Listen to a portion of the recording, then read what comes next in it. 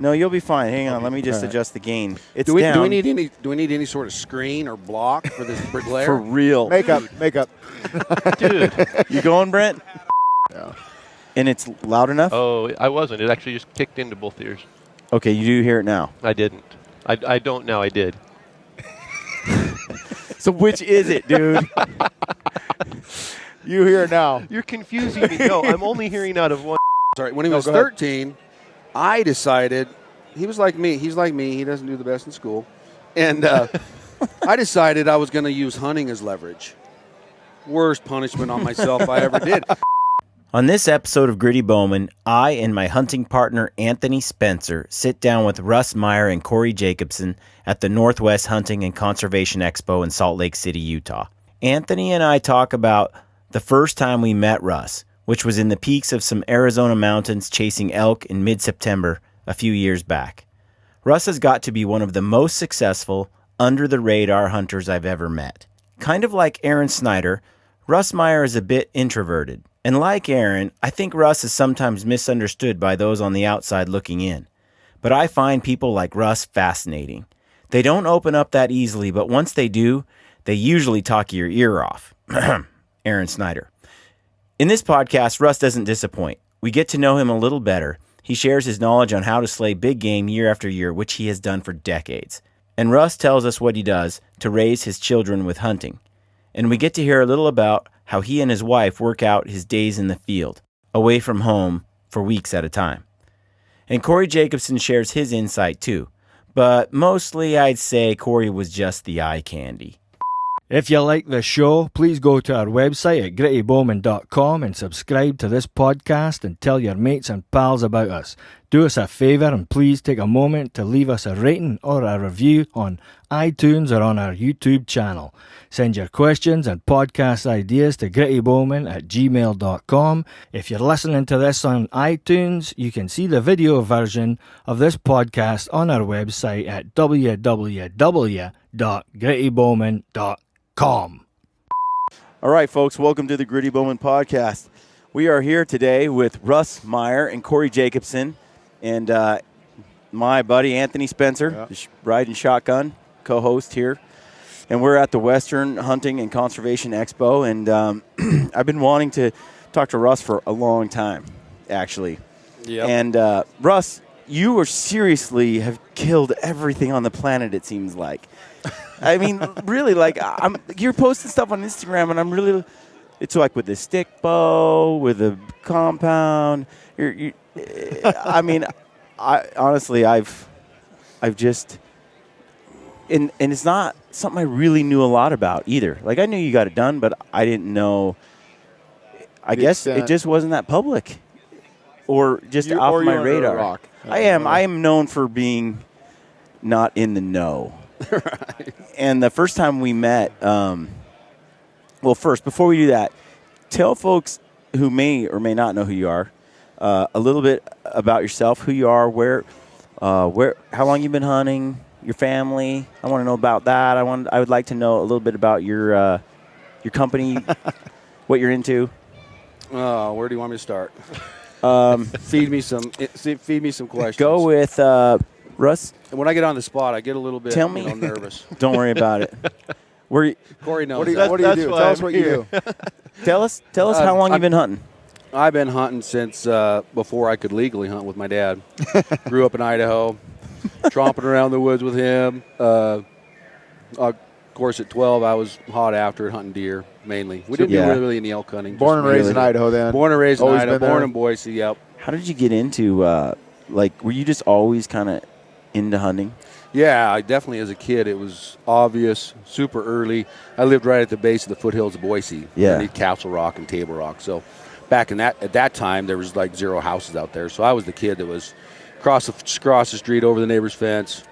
I learned how to bait early, blackbirds and the old Red Ryder. And I think I was 6 when I got my first Fred Bear Little Bear recurve. And was your dad a bow hunter? He had a old Necotellum bow. Ron Shear, who's a really avid bow hunter. Mm-hmm. I don't know if you guys know him. He's out of Idaho. He's a guide. Was for years. Anyway, him and my dad hired and retired the same days on the fire department for Boise City. Oh. Anyway, I always looked up to Ron. I'd go to the fire station, and he'd have these big critters and his recurves. And I had a bow. But my dad never really bow hunted. In fact, I took him on his really first bow hunts. To that point, he had gone with Ron. I think he had taken a doe at one point. But, yeah, I'll never forget my dad's first bull he shot with his bow. It was just epic. Not to go into that too much, other than I was between him and the bull. The bull was 4 yards. I could hear him drawing his bow behind my head. And I was like, oh my God! But as far as growing up deer hunting, grew up hunting on the Middle Fork of the Boise, and you were addicted from day one. From very young. Yeah. And was archery the first love when it came to actually big game or just hunting, any hunting? You just I don't think I always loved shooting a bow, shooting the recurves and such, but not till after school and such. Okay, so you started rifle hunting. Yeah, absolutely. And then pretty much in the late 80s, mid 80s is when I started bow hunting. Yeah. Okay.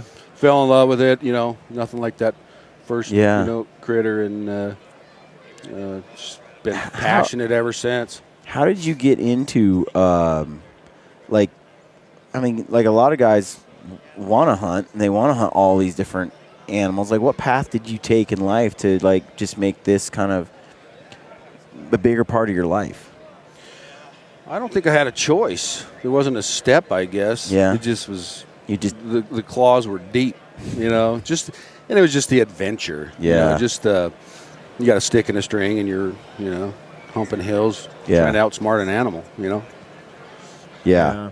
Was there, so looking back, I mean, you're born and raised in Idaho, so where's elk always number one? Was that your? No, out of the gate, like I was saying, I never. I started elk hunting once I started bow hunting, but I didn't elk hunt with my dad. Okay. I never. I guess in the late '80s, I shot my first bull on a rifle elk hunt. But. So what was the first passion? I mean, we grew up Western Oregon, so we were chasing. Well, I guess more me. You came. You were hunting blacktails. Blacktails. It was all black because it was just right out the back door.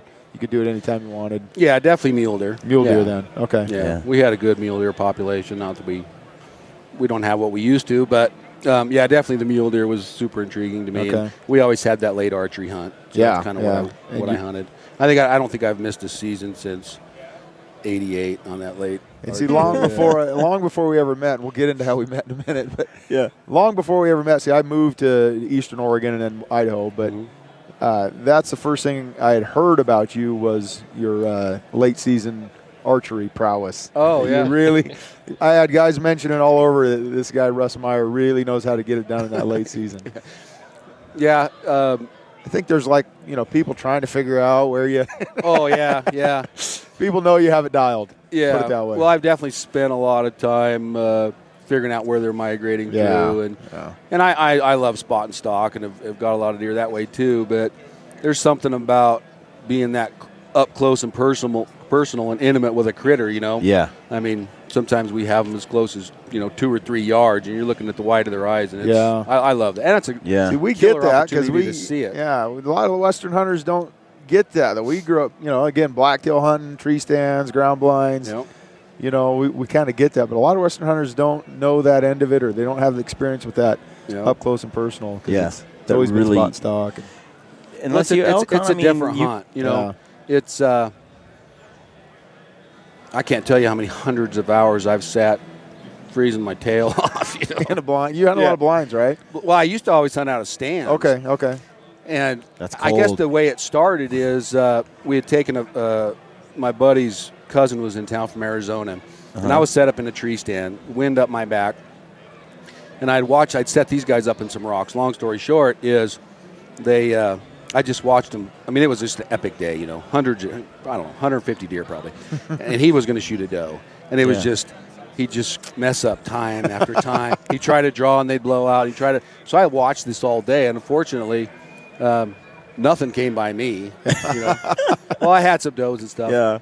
But I just, at the end of the day, I was like, dude, we got to get that guy in a blind. Yeah. They're just busting him. So the following day, packed a blind up, put him in it, and I watched him miss time after time again. But the deer would run back and come back through, and I'm still freezing up there. And my buddy, we had radios. I'm talking to him. He's like, gosh, it's like 20 degrees warmer in here. It's so nice. And especially once the sun came up, And anyway, from that point on, I literally think it was the next week I kind of dialed it in a little bit better and shot a 190 buck. Wow.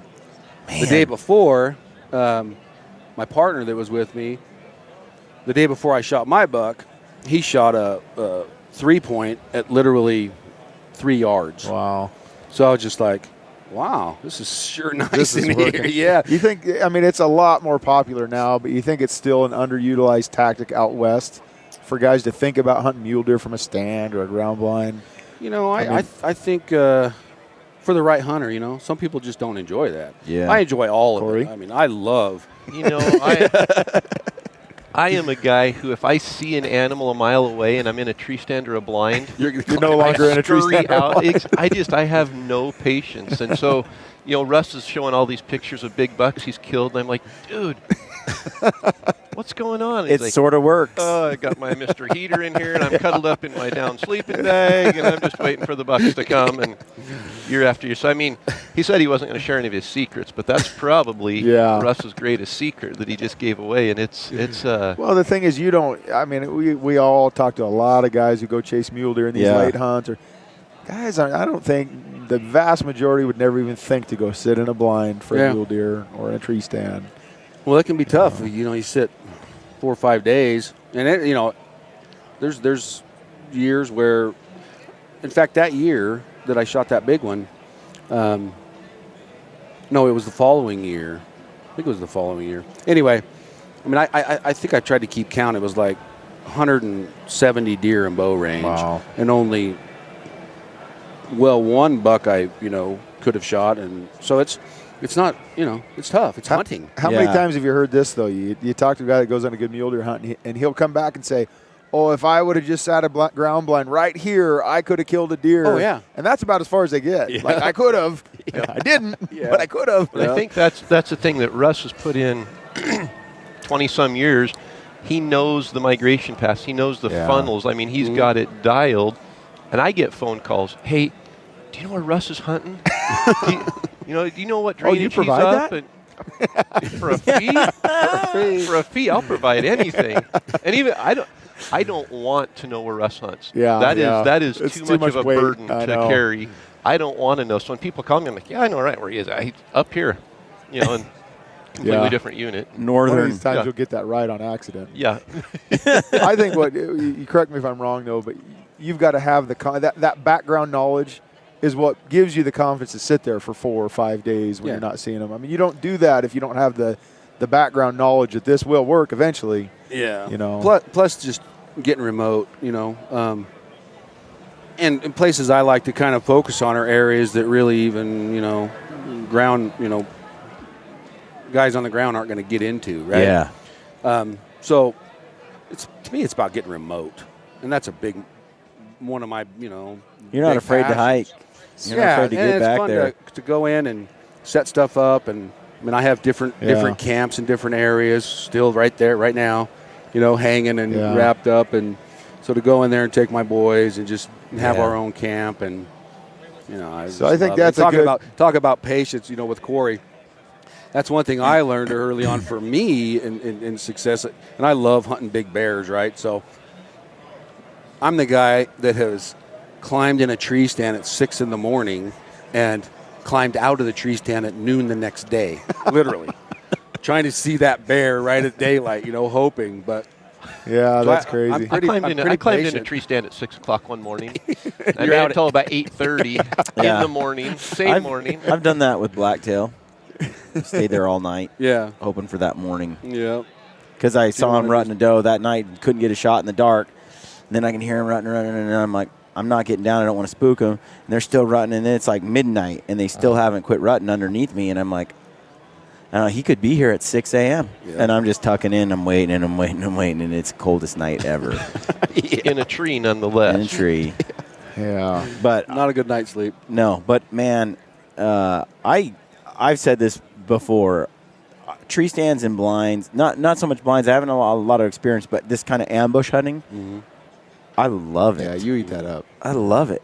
Yeah. My first big bull I shot from a tree stand. We chased him all over the hills, and then I climbed in a tree, and he came walking right in with another giant bull, and I'm like, that was best shot. No, I had all day and no idea it was there. It was real comfortable, no stress. I mean, I'm trying to set my daughter up like that in a blind or something because it's just controlled. Yeah, it's a real controlled situation. Yeah. And that's one thing I've never been able to. Not never been able to, but I've never done it for elk. Yeah. You know, I mean, interesting. It's tough not to get out and I'm chasing. This was a water hole in a dry season. We kept calling in bulls to that area when we were on foot. I stalked up to a bull in a water hole, and I actually shot it like in the shoulder blade. Actually, darn it. You've told that story. Yeah, I told it before. It wasn't the blade; it was at the top of his back, and the bull ducks. He's looking right at me, and I take forever to settle and shoot. And I'm like, and it hits the thing and bounces out and hangs there sideways. Yeah. The arrow literally fell out within a few yards. It didn't penetrate. And the bull's standing there like, what? Huh? And I'm like, no. Well, then around that, I decided after. We had a little talk about shot. Yeah, we did. And that's another podcast we covered before, my humiliation. Anyway. That's a sick feeling that when you see that arrow flopping. But I went back, and finally I'm like, forget this. This is crazy. I'm climbing up in this tree. No. And I set up a tree stand and got up there. The thing that comes from, I think, a blind or a tree stand that is just really neat is the behavior you get to see. Exactly. Yeah. Those animals are just in their completely natural way coming in, and you get to observe them at close range in their living room, like right on top of them. And the things they do, the way they flick their ears and they're smelling, and I think you learn a lot observing them like that when they just don't detect your presence at such close range. And you just don't get that without the blind or the tree stand. Yep. Yeah, I was kind of going back to what I was saying, just kind of the intimacy you're involved in right there, just the quiet vocalizations and the rut. And then, I recorded some blacktail bucks this year that did this behavior, and I'm asking all these blacktail hunters, have you ever seen bucks do this? They walked in, and they musked. They pop their tail up, and they do this long, gassy fart. I mean, I don't know what else to call it, dude. They just... He's working on a call right now. Yeah, and they do this Let's thing. work on the name before we market it. And it's these two bucks, and they're doing this around each other, and the bigger one finally just hunches his back, does this...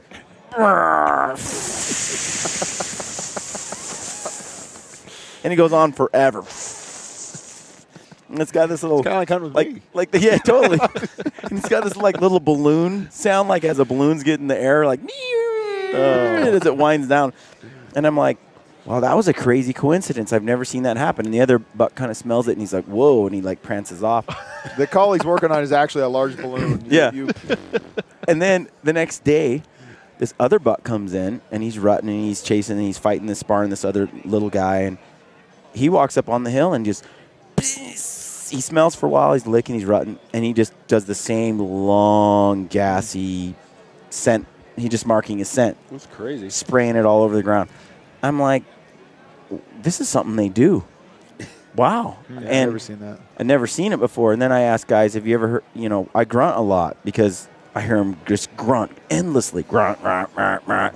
And I talk to other guys, and they're like, I never have heard a blacktail grunt. Yeah. And those things I see, maybe they're somewhat local to genetics or behavior in that area, but I think it's pretty universal. It's just that people they don't put themselves in that situation in like a tree stand or blind to really see some behaviors that, and normally this is a season that in the past, I mean, if I saw a buck, I shot it. Mm-hmm. These are seasons where I'm like, okay, I'm not going to shoot a buck unless it's the caliber, the size or age I want. Otherwise, my hunt will be over on day one. Well, after 3 weeks of trying to kill a big deer, you get all this film and footage and experience that I would never have seen that stuff if I shot the buck on the first day, which I used to do. Right. And so why I hunt has changed too. Like, that's fascinating to me to see that stuff. And so I think you said this the other day, Anthony doesn't, I mean, the most depressing thing for him the most exciting part is to tag out. The most depressing part is to tag out because his hunt's over. Exactly. And so there's this, I'm talking about, having some remorse for the animal I killed. And he's like, I have remorse because my hunt's over. Exactly. I'm the same way. It's like I'll never call myself a trophy hunter, but it's like you're saying, not in a hurry to get it over with. Yeah, I mean, obviously, that big giant comes out. You got to step up, but it's a little depressing. One thing that has surprised that it is with you is your ability to consistently get it done and get it done with older age class animals, just older animals. So we work our butts off and we go hard. I draw a tag for Arizona, and I go to this. It's a pretty. Well, let's premise that though. He was just talking before we got in this blacktail kit about getting remote, right? Yeah, getting remote. That's what you like to do, whether you're deer hunting, elk hunting. Yep. And so with that thought, how did we meet Russ? Well, Russ didn't know this till yesterday. I didn't know till yesterday. That was awesome. I was like, seriously, dude? So we're in this unit and in Arizona, and I drew the tag. I got some points, drew the tag, and this unit is supposedly, it's a pretty easy draw unit overall when you compare in Arizona. It's a lower. I didn't have hardly any points, and I drew it fairly easily. How many did you have? I think it was 7, though. You had 7. I think I had 7. You had 7. 6. I think I had 6. He had 7. 7. I keep track of our points. Okay, he knows. I heard about this new app, though. You got to see it. You got to see the app, yeah. Okay. We're going to talk about For that. guys like me, we'll have to talk about that. Yeah. So we go in, and my uncle is a guide in Arizona, Kevin Call, High Point Outfitters. And we go in, and he's got trail cams all over this mountain, right? And he's got pictures. Keep in mind, everybody will know where this is, but it's like one of the few areas in Arizona you can actually hunt a big mountain. It's the peaks, right? 10,000 foot. Yeah. So we're in there, and we're hunting, and he's like, yeah, the biggest bull he had got on camera was, I think we were seeing 3. He thought he saw a 380 type bull a couple days before we got there. Right, but otherwise there was just a. That's probably the one I was on that morning. Go ahead. It was. Otherwise, everything to Kevin's 320. Everything's 320. 320. Big, it's 320. If it's not 380 or 400, it's 320. Yeah. Everything's. If it's 350, it's still 320. Yeah.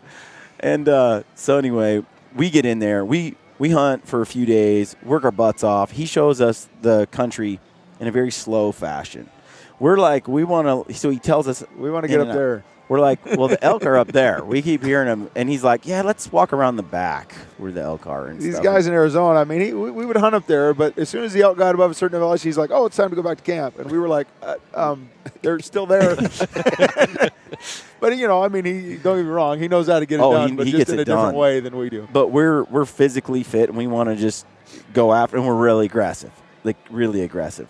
So when we get up. So this morning is our first day hunting without Kevin, and it's just Ben and Anthony and it's day 5, yeah, and my dad. So, which my dad gave it all he had and kept up, but we weren't. There was no mercy. But we were running up this hill chasing these elk. We got into like 5 elk that day. They were screaming. We're chasing bulls, bugling. They were coming back and forth. It was just elk heaven. Yeah, and that was on the other side. So we go up and over the mountain. It was on our way up. It happened. Got over the other side, and it was this rut fest down in there. And we thought we heard one possible bugle that might have been a hunter down. Yes, we did. So you're probably in an area you thought there's no way there's another exactly hunter right. Yeah. So anyway, we get back there, and anyway, long story short, we call this bull in, and I shoot it, and I'm stoked. It's a 5x6. It wasn't a monster. I think it was your biggest bull, though. And it was, I think it was a 310 bull, and it was pretty bull. And I'm like, he had some 19-inch. And I passed up a bull earlier the first day of the season because I didn't want it to be over yet. That was bigger, a little bit bigger, but still 5x6. We're looking around like every bull in this unit's a 5x6. So we come walking out, packing this bull out, and we're on this road, and after we get out of the hills, and we come walking up, and Russ, you come walking up the road. And you got 2 guys with you, the guy with the camera. And Anthony goes, I know that guy. I think I just read an article with your buddy in it. Yeah. And so Russ, you come up, and I'm like, I got this bull on my back, and I'm like, yes. And so Russ comes walking up, and we start talking, and we're visiting, and Russ like, nice bull, and that's great. And we start talking, and well, it turns out, first I'm sitting there going, yeah, I mean, he's a 5x6. And you're like, yeah, I got a 5x6 too. And I'm like, I'm thinking to myself. Gracious. I mean, he's complimenting Brian's bull. And, I'm like, really? A 5x6? That's awesome. I'm like, is it I'm surprised by how big this 5x6. This is a great 5x6. And Russ is like, yeah, he's kind of puffing his chest a little bit. Yeah, I'm like, that's right. Look at this 5x6. He's 310. I mean, if he had another point, he'd be, If he was only bigger, he wouldn't be small. Yeah. And he'd be a 320 bull. Right. And so I'm sitting there, and Russ is like, yeah. I'm like, well, I'm kind of fishing, and Russ is like, I think it was like 350 something, 5x6, and I'm like 350-inch 5x6, and isn't it like 50 inches wide or something like that? He's ridiculous. Over 50 wide and long. Yeah, he's a neat bull. And you were like, yeah, I mean 5x6. I mean they're cool. It's a unique bull. It's not really what I was, really. We deflated I was looking for quickly. a 6x6, and I'm just like, I'm this big now. Like it's silly to even compare. But you're in a unit, Russ, where we're talking about.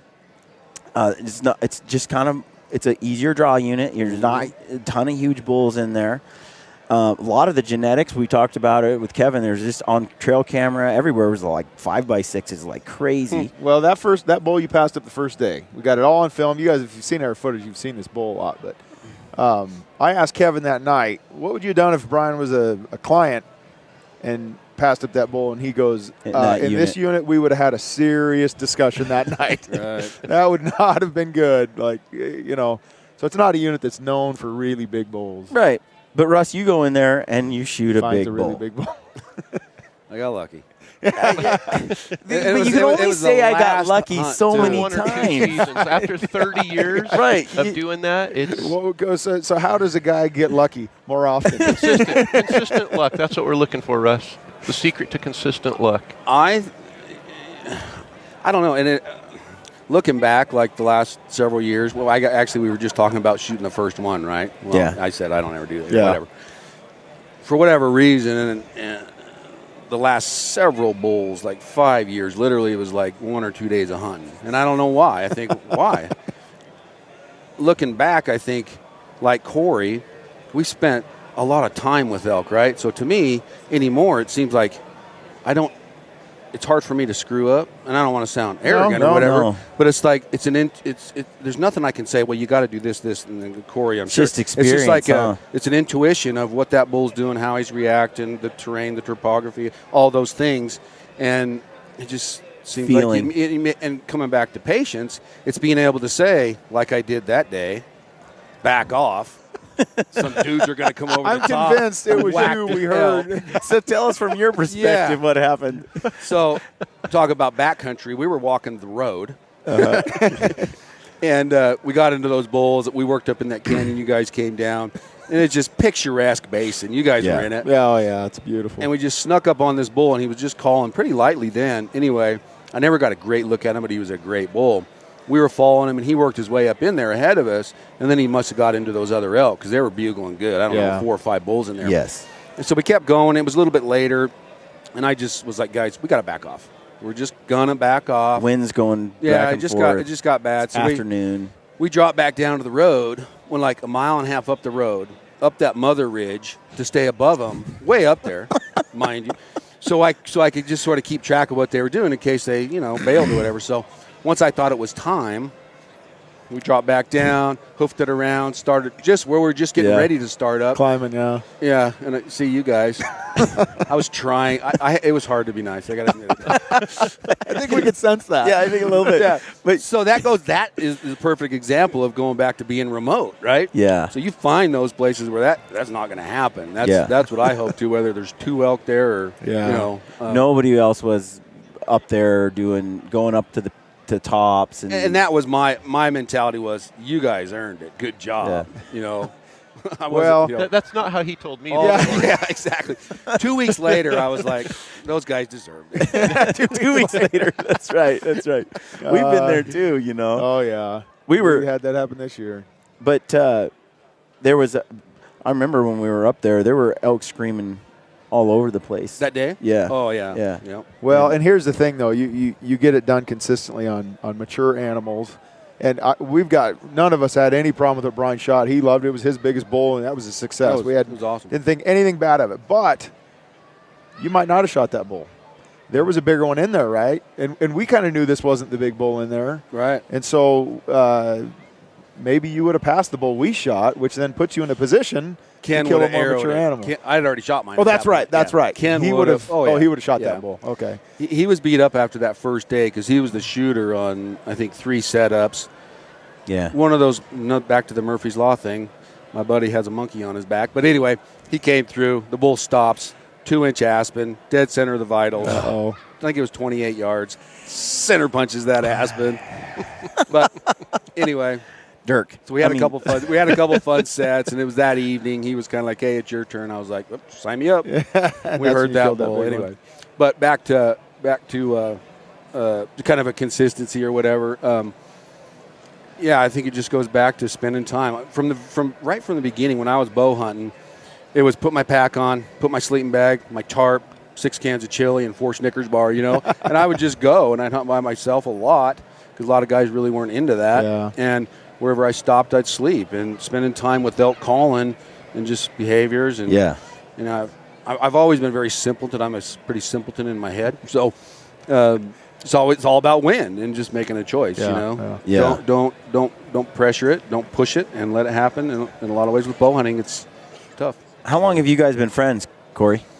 I don't know. I was thinking this morning, as I knew we were going to be doing this podcast, I thought, I don't even remember when I met Russ or how I met him. Or I think it's just growing up in Idaho, you know the guys who are successful, and you're drawn to the guys who are like Russ, who are humble, who have a passion for it, I think that's the thing about Russ. Russ is an absolute killer. He goes to the woods, something dies, and it's something big usually. But when he comes back, he tells the story with excitement, never mentions score, never mentions anything. Like you said, you had to pry him to get him to tell you how big his 5x6 was. Yeah. That's the way it is. And so, I think we knew it wouldn't have been as big as ours. That's why we were. Yeah, I mean, go ahead and tell me so I can gloat, okay? And finally, he's like, yeah, I don't know. It's probably 358 or something. And, you had to pry it out of him. But so, I mean, I'm drawn to people like that. And I don't know, just, growing up in Idaho, I knew Russ's name from the time I was probably in high school. Russ is quite a bit older than me. Thanks a lot. But I don't know how we officially shook hands the first time, but what impresses you the most about Russ? Boy, that's we don't have enough time in this podcast to go through that. No, Russ is a family guy. He's a Christian guy. He's and he lets people know that. That's first and foremost. When you talk to Russ, it doesn't have to be about hunting. It can be family. How are the boys doing? How are Jess and Luke doing? We get a chance just to talk once in a while, and Corey, hour and 20 minutes later, good talking to you, buddy. Not very often, but we have awesome conversations. Sorry, go ahead. Yep. No, and so for me, Russ kills big animals, but it's never about score. It's always about that passion, and he's never lost that, and you don't see that a lot. And that's, I guess, one of the questions. I've got my theories, but how do you hunt for so long, kill so many big animals, and still go out there with that passion? That it's not about ego. It's not about making a post on Facebook or Instagram. It's not about throwing a score out there. It's still about the passion. Yeah, it's surely about the adventure. And I love the physicality of going in, and I've always kind of people ask me, why do you always have to do it the hard way? I'm like, I like the hard way. Sorry. You know? But yeah, it's just, I don't know. I look at it like it's in my blood. It's who I am. I can't help it, really. If I didn't have the opportunity to go and do those things, I would go crazy, and it's just a fact, It don't matter. Yeah. And I can have as much fun. And I kind of drive. I push, especially Jess, hard sometimes because we'll go rock chuck hunting and we'll sit in a blind for 6 hours to shoot a couple rocks. We'll go shoot carp. And Jess is how old? Huh? And Jess is how old? Well, he's 15 now. But he's been sitting in a blind shooting rock chuck since he was. Yeah, when he was 5, he was videotaping me shooting antelope. But anyway, it's just it's who I am, And people ask me, well, kind of the question of, well, how are you always so successful? And I look at it like, I've been doing this 27 years. I better be successful. That's kind of my mentality. to some degree. There's a lot of people who've been doing it a long time and are not. I mean, it's any skill. You take any skilled event, and I like what you said because you weren't saying it out of being cocky or prideful, but it's hard for you to screw it up. You've gotten proficient at it. You know what you're doing. It's hard. And, we talked about just the other night, and it really doesn't matter if that's a long-range shooter. So a guy gets a certain proficiency, and it's hard to mess it up. They just, And at the end of earn it and do the work. And that's the whole, I guess, gist of being successful is you have to put in the work. Yeah. And they say the quote that success only comes before work in the dictionary. And that's, you've got to put in. And after 27 years of the effort and the level of work that Russ has put in, he does when he steps in the woods. I mean, animals they're nervous if they put their foot on the ground each step. Let me tell you, Russ is in the woods. It's the whole process. And at the end of the whole process, sometimes the hardest thing is sealing the deal. Yeah. So much emotion and all to me, it's like patience, taking that extra second, whatever it is in your shot process. To me, my shot process in my head before I shoot is dead hand, which that's just, the grip being totally relaxed. And that just sort of takes your brain out, gives you that extra second to really focus on the animal because everybody's going to get opportunities, right? Yeah. If you're working hard, you're going to get opportunities. Getting to that point and capitalizing on that opportunity is huge because you hear it all the time. I missed this or I missed that or I tried to draw and it busted me or, so. Speaking of drawing, have you seen the film that Russ did? Was it 2 years ago or 2 seasons ago, your elk hunt with Jess? Yeah. Have you seen Russ draw his bow? This is a 70-pound bow, and he toys it back. Like it's 50 pounds. Like that. I mean, it is. Yeah, I was telling Anthony when I shook Russ's hand and stuff and bumped into him, I came back, Russ is really solid. He's a big dude. Like, he's not as, you see people, you think they're big, but then there's just farm strong big. Yeah, there was definitely that going on. Let me tell you what I look up to. All right, there's a lot of qualities both of you guys have, but I'll tell you as a father, what I look up to is what I've seen you guys do with your boys. Yeah. And that's what you bring up that movie. And you asked them also about your passion burning bright. I don't know if it's for you, but my kids have been hunting with me, and I loved your show, both your shows actually. You guys have some great films on taking your kids out. And what I liked is you're not candy coating these hunts for your boys, right? Or your kids, whether my girls have hunted with me, but these kids, I think, are capable of doing more than we give them credit for sometimes. You load them up, you make them work. You guys are making your boys work, right? Yep. And that's a great question, Russ. How do you handle that transition of going from being a selfish hunter?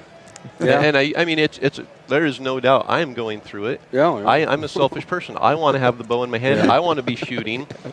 For you, what's that transition been like to say, I've got to put my bow down and focus on the kids? And I'm not saying I'm selfish and not going to do that. It's the most rewarding thing in the world. But for you, how was that transition? Because you killed. I don't think it wasn't tough for me. Not that it was tough for you. I'm just saying it wasn't tough at all. I mean, to me, it's like starting over. It's just like, oh my gosh, first critter that comes through and he's going to get an arrow. Yeah. So it's been easy. My hardest thing I think that I do, because I'm pretty competitive, and so not pushing them is the hard part. I think all three of you have this not in common. Too much. And, Jess has been a sport. Luke hasn't been into the hunting, and he finally told me this year he wanted to go, and we hiked in, and he did an awesome job, had a blast. But, it's been pretty easy, and I think it's been easy, too, because Jess has been a, pretty good go-getter. He's wanted to go, and I know I've pushed him, I've pushed him a few times, and looking back, I don't regret pushing him. Yeah. I regret my reaction. Yeah. I wasn't.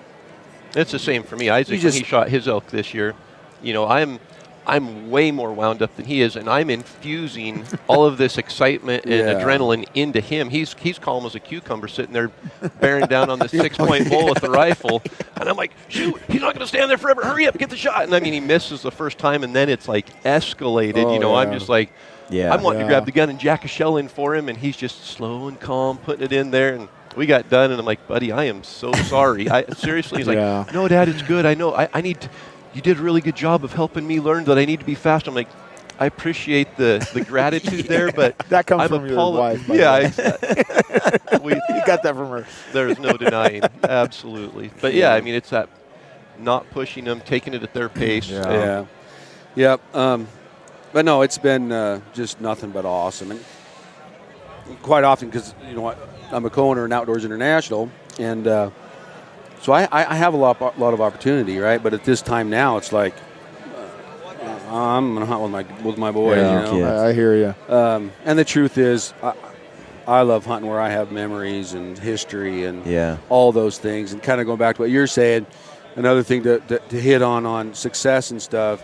I'm pretty adamant about knowing exactly your hunting area very, very intimately. Gotcha. When you hear a bull, if you can say like, I know right where I'm going. Right where I'm going to set up, right where I'm going to sit. You're all familiar those where with I've called wind in 4 other bulls. So you're not jumping from area to every year, chasing the rumor of a big bull and chasing a new spot all the time. Not so much. I mean, I jump around and have had success that way, but I really love being your spots. Intimate knowledge of an area.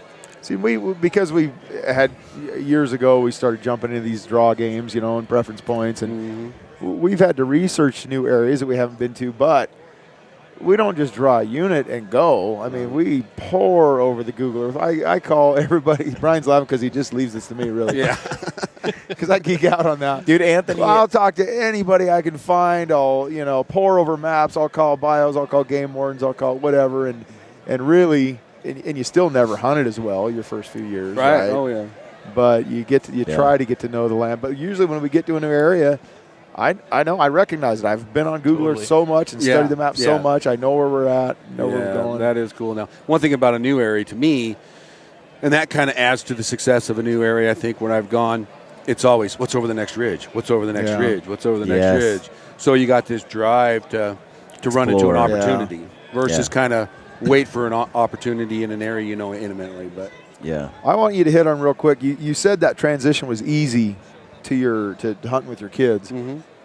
But I think for people watching, I think there's a lot. Brian's one. His kids are younger than mine. I've got my 19-year-old daughter here, and I'm glad she can't really hear us because she could tell stories about Dad pushing a little too hard when she was younger. But I want you to talk about the logistics, though, of you have taken your son on tough hunts. And, Corey, I know you've done the same thing. How have you, how do you make that happen? I think so many dads are intimidated to get their kids out and hunt. Maybe they hunt pretty hard, but how am I going to tag my kid along doing that? And I've seen your hunts. Your son's got a loaded backpack, and he's pulling his weight. Yep. So it's kind of, I think you just go. They don't know what they don't know. Yeah. If it's tough, it's tough. If it's really tough, you let them rest more often, and you just kind of almost make it just sort of natural. That's what it is. We're just doing it, right? Yeah. I think kids and I've seen certain situations where Jess was influenced by this is tough, and Dad, this is tough. Well, we do the same hunt. Yep. Him and I, and you don't hear a word. Yeah. And he's packing 60 pounds out.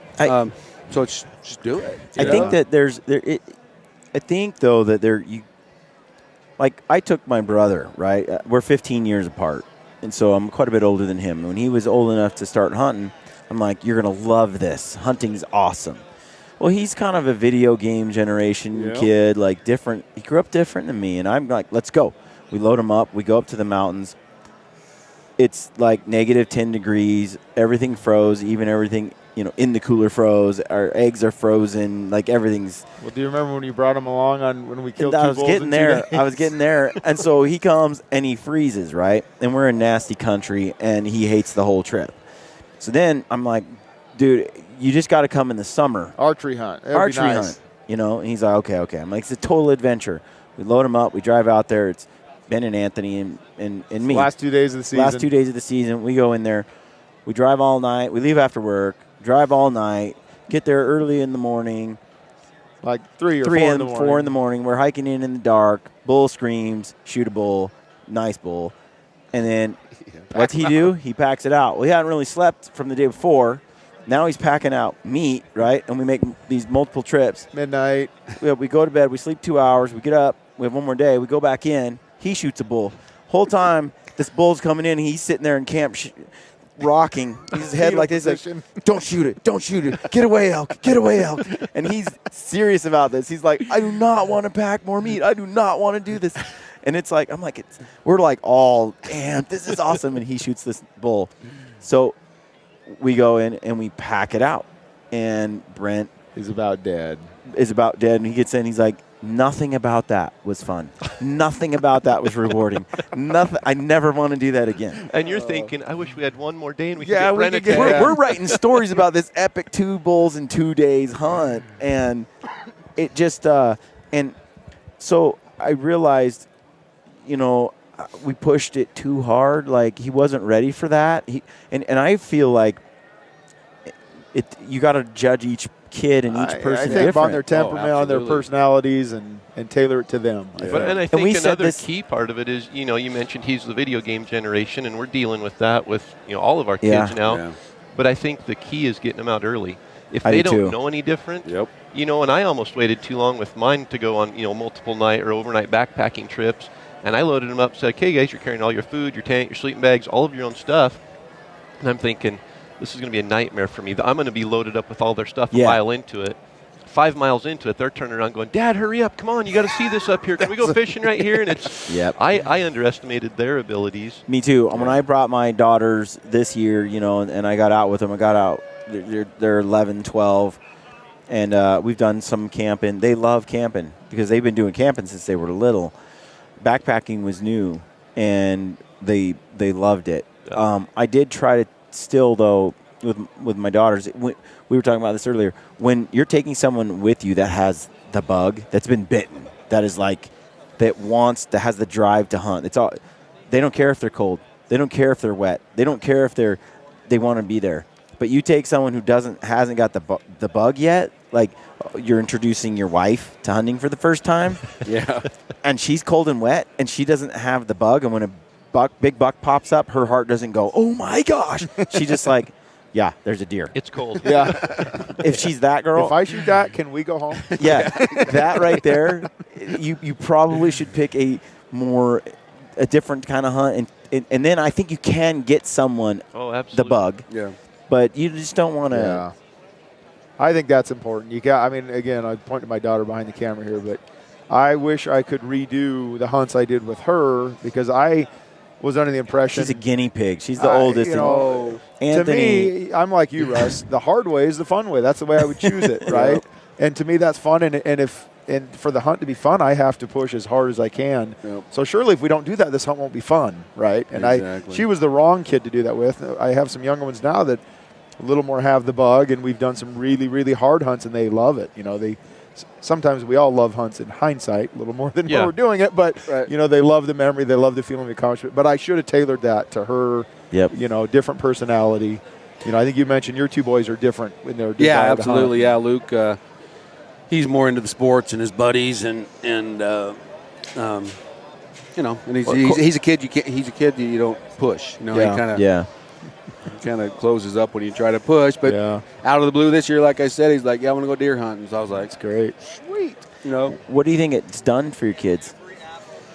Well, definitely, you know, Jess, I guess, a good example would be this year. He was set up on the bull, and the bull just didn't come in, and it came past, and I shot it. And he was a little bummed, you know, but in reality, it made him realize, you know, he needed, you know, to get it done. It's not that easy. Yeah. He's been fortunate. I think he's taken like 11 big game animals. Yeah. And the truth is, and he'll even say it. He'll just say, you know, my dad takes me. I just shoot. You know, and that's what he'll say. And he doesn't give himself credit for sealing the deal, which is huge. I mean, you just said something that probably got glazed over by a lot of listeners, but he's 15. Yeah, and he's killed 11 big game animals. Yeah, it's incredible. And I think you know, and when he was 13, I decided he was like me. He's like me. He doesn't do the best in school, and I decided I was going to use hunting as leverage. Worst punishment on myself I ever did. So when he was 13, he really didn't get a hunt. So you put, you know, almost a whole nother season out. He's just been very successful. Wow. Now I know maybe he's kind of, you know.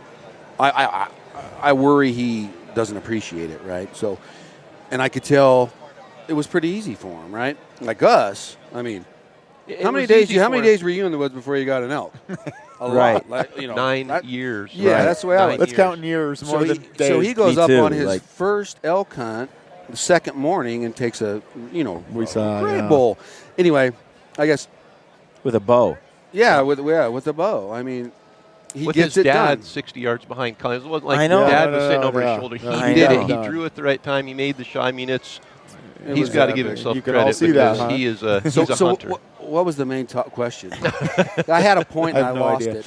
What did he learn? Okay, this year he didn't get the opportunity, so he learned. I want to go. I want to go back. And long story on that, he wasn't able to. We had some friends coming from California that we took in. That's another story. But anyway, after I shot mine, we started off the hill. And the year before, when we talk about when I mentioned that I didn't like the way I acted, right? He shot that bull. We took the first load out. It's kind of one of those, do we go a mile to camp or do we go, out? Straight out. And I was like, let's just get this turkey out of here, sleep at the truck, come back in, get the rest, go to camp, break camp, leave camp. And anyway, so on the way back up the next morning, and we had pretty good loads. Anyway, he was lagging and Bryce was lagging. And I'm just kind of like, hurry up, guys. We got meat on the hill, I'm just getting more worked up. And I'm charging up the trail, and I'm stopping, and I'm waiting. And anyway, I lost my temper, and I shouldn't have. And it was a bad deal in that sense. But what he learned this year on that bull, he took both front quarters, bone. We went out. We started out. He had newer boots. Almost immediately had blisters already from going in. And once he had the weight, I watched him. Basically, I was like, okay, dude, because he'd have to stop and try to adjust it. And anyway, I just said, I got to go. I got a lot of weight on my back, and I'm just going to bail, and then I'll come back up. So I just said, just do the best you can. If you got to drop it, whatever. Yeah. And so I bailed out. I actually hung out at the truck. I was kind of wore out a little longer than I was planning on it. So I head back in, and I only made it about, 3/4 mile in, and I ran into him, and I was like, you want me to take it? He's like, no, Dad, I'm finishing this, Yeah. And then just later that day, he's like, Dad, what happened last year will never happen again. So that was awesome to see him step up. And what he learned was I'm a lot tougher than I thought I was. Yeah. And he's taking pride in that. I'm finishing this deal. So that was awesome as a dad. That's great. I just think it's character building on a level that people just don't. Just going kids beyond, don't get a lot of this trial and mental the work and the toughness. That what mountain ops conquer the unknown. I mean, that's what you do. It's pretty cool to see, like, the Wishes for Warriors guys. Some of those guys with no legs, they're like, okay, what are your limitations? And Corey Garman, one of the guys, he's like, well, that's what I'm here to find out on this elk hunt. I'm here to find out what my limitations are. Let's go. And I think that sort of, with this video game generation, there's without those challenges, you don't develop the way we really need to, to be really good people. And so I like it. I like hunting, and it doesn't have to be hunting. I mean, it can be sports, it can be work, some kind of job, anything. But just where you have to work for something, and it's hard, and you're not sure you're gonna be able to do it, and you got to dig deep and find a way. That just builds character in a way that. And hunting is a great place for that to take place, because there are no guarantees. When you walk out in the woods and your kids will learn, I'm not that great a hunter, so my kids learn at every hunt, but there's no guarantees you're going to kill something, right? You're just out there. There's a chance. And I remember when I first would go fishing, I put my pole in the water, and I was like, and I wouldn't catch a fish, and I'd be like, this is the biggest waste of day in my life.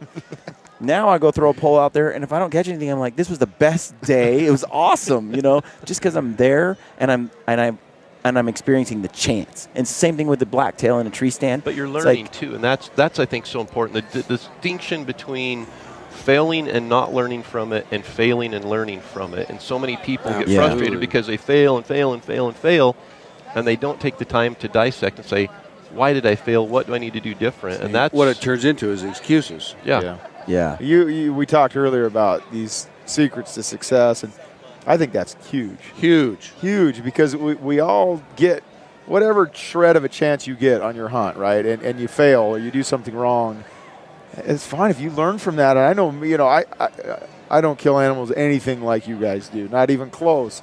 But I've seen my stats, if I were to keep them, which I don't, but opportunities where you failed are becoming less and less and less. You're learning from what you've been doing wrong. Yep. You don't make excuses because you hear the excuses all the time. It was this far, I hit that. And obviously things happen, especially with bow hunting, but it's just being real with yourself and learning. Totally. You just own that.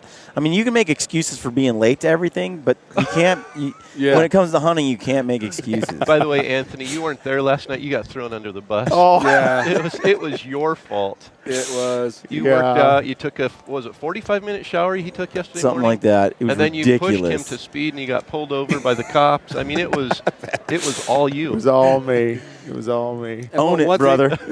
One thing that change the subject a little bit, talking about success, and I think Corey would agree. I'll speak for Corey. A huge thing in our success is we're married to some pretty awesome women. And I just wanted to touch on that a little bit. Obviously, Carol and I have been together 25 years. Never one time, ever did she say, "I don't think you should go." I think that's huge. I think now, his huge. wife the same and mine the same as well. Yeah. But we have had so many people write in, especially in the last 2 months, saying, please do some podcasts with wives that let their husbands hunt. Or, get their perspective. Or with Carol will be a good one. or wives and husbands on how they've worked this out, because they're like, it's a battle every year, or my wife feels this way, and it usually is the woman being left at home and the husband going out. I haven't had many women say, "Yeah, I interview my husband because I ditch him." And he sits at home and pouts. There is that, I'm sure, but mostly it's women that are supporting their husbands to go out and hunt, and so I'm very curious about that. My wife, she got cancer, she got her first chemo treatment, and I wasn't going hunting. Yep. And she's like, "Go, get out of the house." And I had no desire to hunt either. And but she knows me, and she knows what it does for me. What a jerk. Left his wife at home. What a jerk, a lot of people did too, and I'm like, you don't get it. She's like that. From you. Let's be real. Right? I like to say my wife's supportive, but sometimes I think she just does better without me.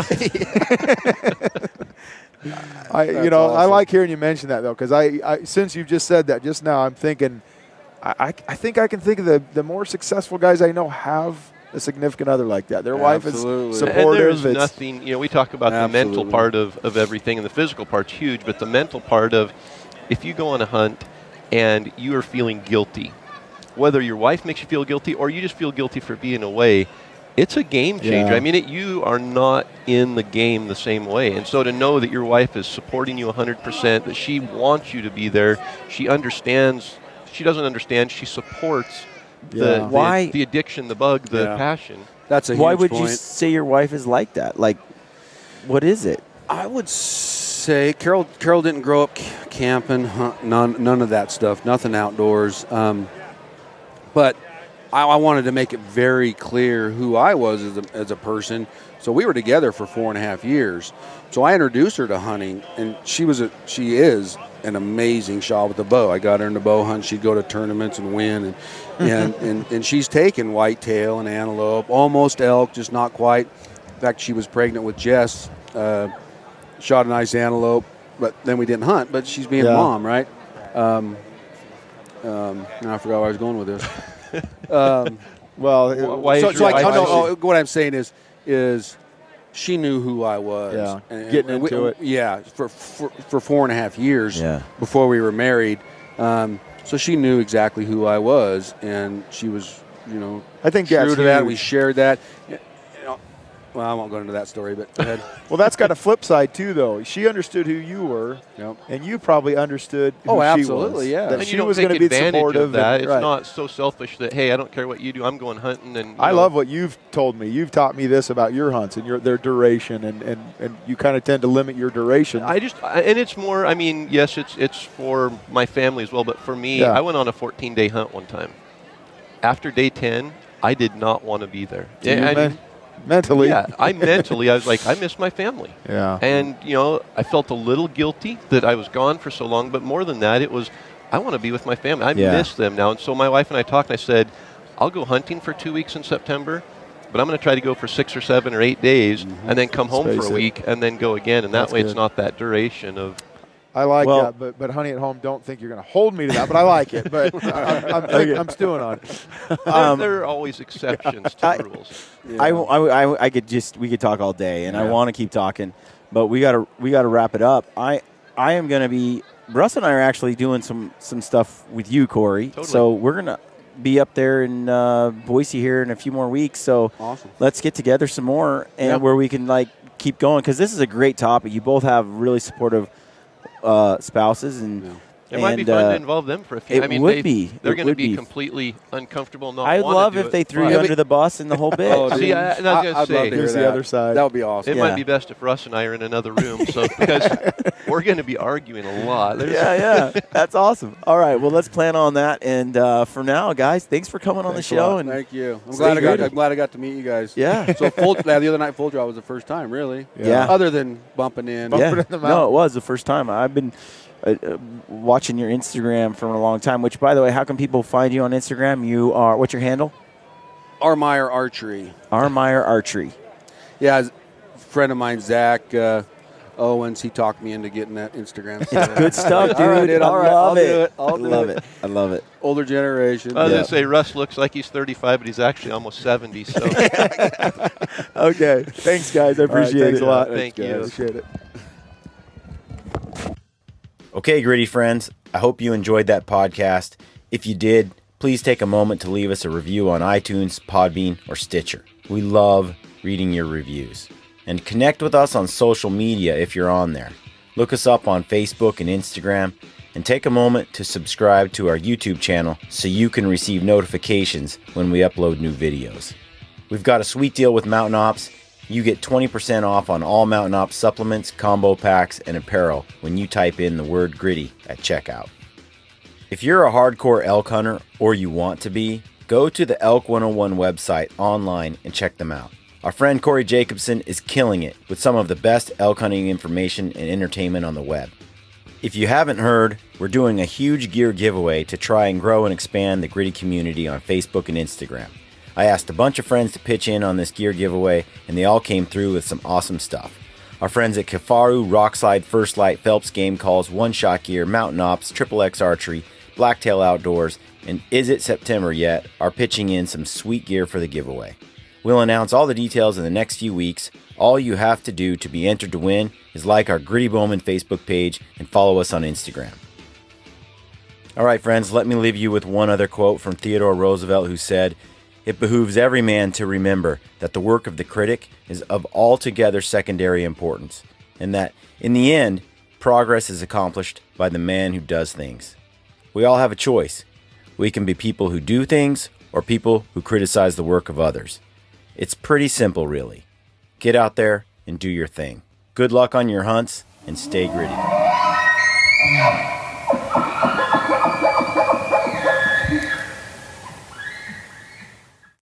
This is Ty Stubblefield, and you're listening to the Gritty Bowmen. Gritty Bowmen.